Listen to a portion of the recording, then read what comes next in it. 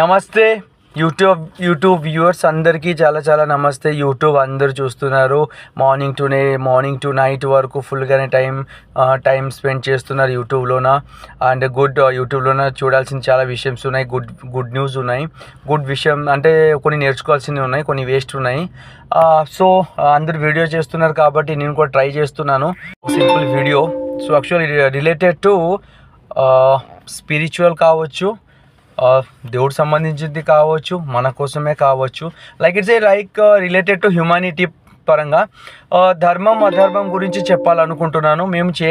మేము ప్రతిరోజు నేను అండ్ మీరందరూ చేస్తున్న ప్రతి ఒక్క ఏదైనా వర్క్ కానీ అవి ధర్మంగా చేస్తున్నామా అధర్మంగా చేస్తున్నామా అనేది ఒక్కటే జస్ట్ ఆలోచించండి. సపోజ్ మీరు ధర్మంగానే చేస్తున్నారు అనుకోండి, ప్రాబ్లం లేదు. ధర్మంగా చేస్తే దేవుడు అనేది ఖచ్చితంగా మీ తోడున్నారు.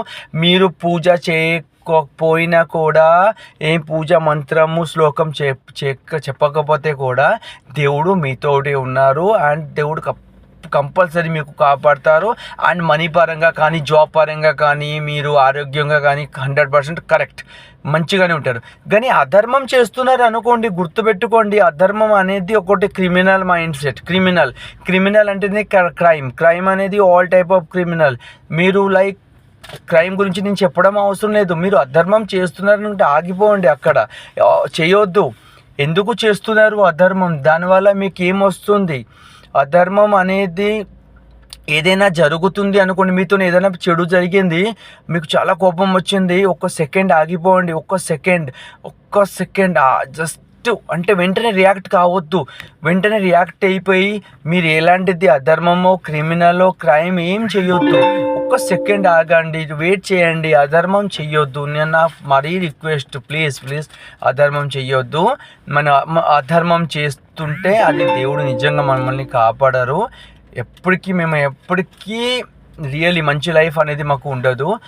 అధర్మం చేయొద్దు, మంచిగా ధర్మం చేయండి, ధర్మంతోనే బతకండి.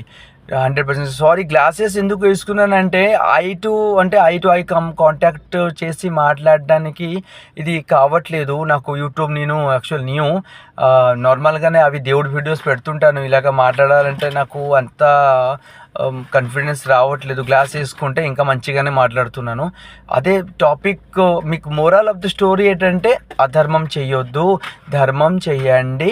ఎంత పాసిబుల్ అంత ధర్మం చేయండి. పూజ కన్నా ధర్మం చాలా మంచిది. Thank you all YouTubers. Thank you. Okay.